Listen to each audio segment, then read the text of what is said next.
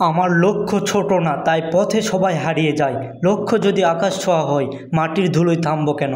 আমি স্বপ্ন দেখি না, আমি লক্ষ্য সেট করি আর সেটাই বাস্তব করি। যারা আমার লক্ষ্য বোঝে না তারা আমার গতি সামলাতে পারে না। সময় কম, লক্ষ্য বড়, তাই ব্যস্ত আমি কথায় না কাজে। লক্ষ্য ঠিক হলে দেরি হলেও জেতা নিশ্চিত। আমি হাল ছাড়ি না, কারণ আমার লক্ষ্য এখনও ডাক দিচ্ছে।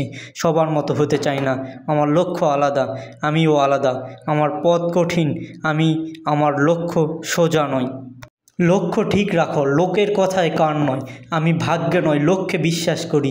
যারা হাসছে কাল ওরাই অবাক হবে, কারণ আমি আমার লক্ষ্যে পৌঁছে যাব। আমার ব্যর্থতাও আমার লক্ষ্যের শিক্ষক। লক্ষ্য না থাকলে জীবনে শুধু ঘোরাঘুরি পৌঁছানো নয়, আমি এমন এক লক্ষ্য বেছে নিই যা অসম্ভব মনে হয়, কারণ সেখানে আমি নিজেকে প্রমাণ করি। লক্ষ্য যদি স্পষ্ট হয়, বাধা শুধু রাস্তার অংশ। আমি সময়ের সাথে নয়, আমি লক্ষ্যের সাথে দৌড়াই। সবাই ভাবে আমি বদলে গেছি, আসলে আমি ফোকাসড হয়েছি। আমি কথা না বলে কাজ দিয়ে আমার লক্ষ্য দেখাবো। ধন্যবাদ। আসসালামু আলাইকুম।